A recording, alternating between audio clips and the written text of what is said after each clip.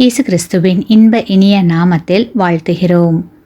இன்றைய வேத வசனம். அப்பொழுது பிரதானிகளும் தேசாதிபதிகளும் ராஜ்யத்தின் விசாரிப்பிலே தானியேலை குற்றப்படுத்தும்படி முகாந்தரம் தேடினார்கள். ஆனாலும் ஒரு முகாந்தரத்தையும் குற்றத்தையும் கண்டுபிடிக்க அவர்களால் கூடாதிருந்தது. அவன் உண்மையுள்ளவனாயிருந்தபடியால் அவன் மேல் சுமத்த யாதொரு குற்றமும் குறைவும் காணப்படவில்லை. தானியேல் 6ஆம் அதிகாரம் 4ஆம் வசனம். Today's Bible verse. So the governors and satraps sought to find some charge against Daniel concerning the kingdom, but they could find no charge or fault because he was faithful, nor was there any error or fault found in him. Daniel chapter 6 verse 4. ஒரு ஊரில் ஒரு அரசர் இருந்தார். அவருக்கு மிகவும் பிரியமான மந்திரி ஒருவரும் இருந்தார். இந்த மந்திரி கடின உழைப்பால் உயர்ந்து மந்திரியானவர். இதை மற்ற அலுவலர்களால் பொறுத்து கொள்ள முடியவில்லை. ஒரு நாள் மந்திரிக்கு எதிரானவர்கள் அரசரிடம் வந்து, அரசே, இந்த மந்திரி எங்கே போனாலும் தன்னோடு கூட ஒரு பெட்டியை கொண்டு போகிறார். அதிலே வைரங்களையும் பொற்காசுகளையும் எடுத்துச் செல்கிறார். வீட்டிலே வைத்தால் கள்ளர்கள் கொண்டு போய் விடுவார்கள் என்கிற பயம்.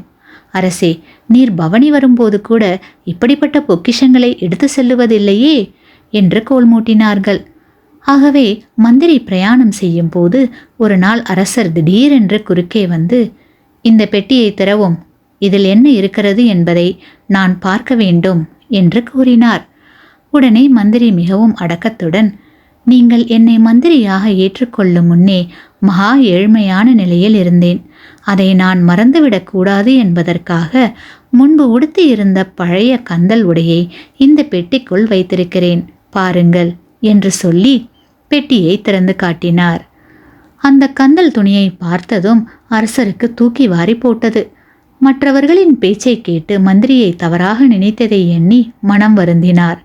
அதன் விளைவாக மந்திரியை மேலும் உயர்த்தி பொறாமைக்காரர்களை கடுமையாக தண்டித்தார்.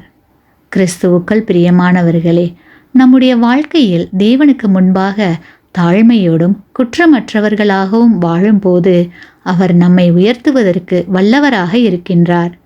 ஒருவேளை நம்முடைய உத்தமத்திற்குரிய பலன் உடனே கிடைக்காமல் போகலாம். பொறாமைக்காரர்களால் அவமானம் அடையலாம். சோர்ந்து போக வேண்டாம். மாறாக உத்தமத்தில் உறுதியாக இருப்போம். அதற்குரிய பலன் நிச்சயம் கிடைக்கும். தேவனாகிய இயேசு கிறிஸ்து வரும்போது நமக்கான பலனை கொண்டு வருவார். ஆமேன்.